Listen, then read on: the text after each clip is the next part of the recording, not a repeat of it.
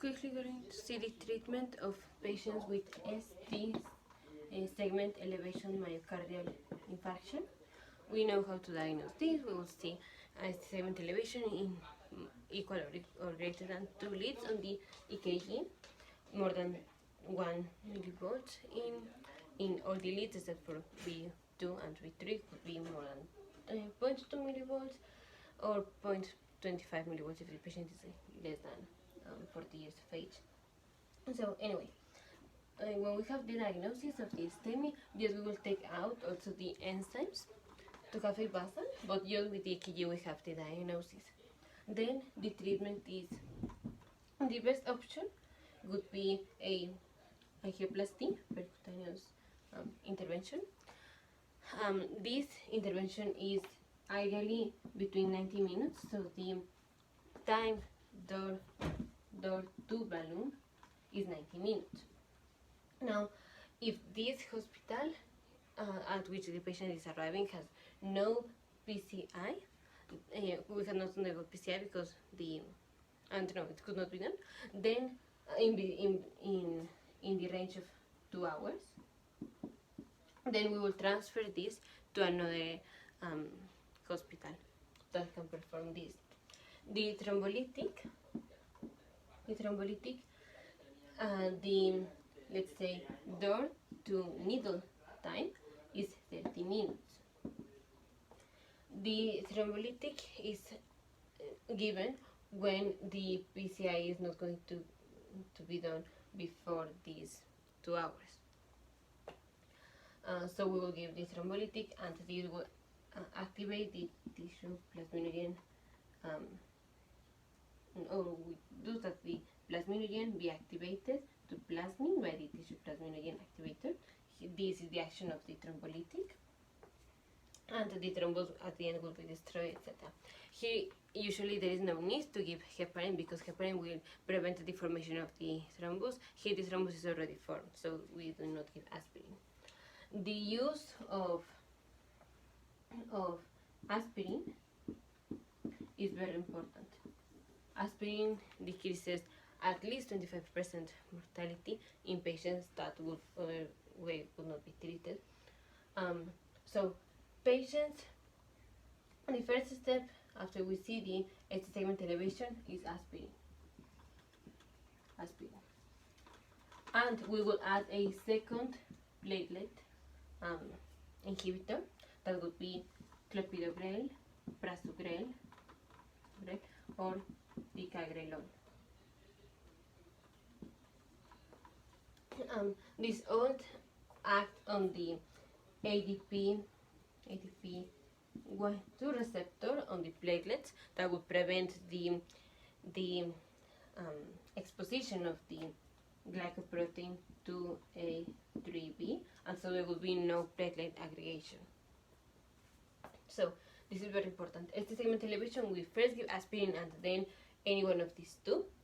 Prasugrel has increased risk of bleeding, but is the would be the best to use if the patient is going to undergo the PCI, but most of the time we use clopidogrel because it is sufficiently good and with low economy. But anyway, if the patient is not going to undergo the PCI and instead is going to have a bypass surgery, then we will not give clopidogrel, or we could give clopidogrel and suspend it 5 days before the surgery. Actually, in any patient with the STEMI, for long-term management, they would have to use clopidogrel for 1 month, at least 1 month. So it would be aspirin, we will talk about this in a while also, aspirin plus clopidogrel for 1 month if it's only undergoing the thrombolytic, and aspirin plus the clopidogrel for 12 months if the patient is undergoing the PCI.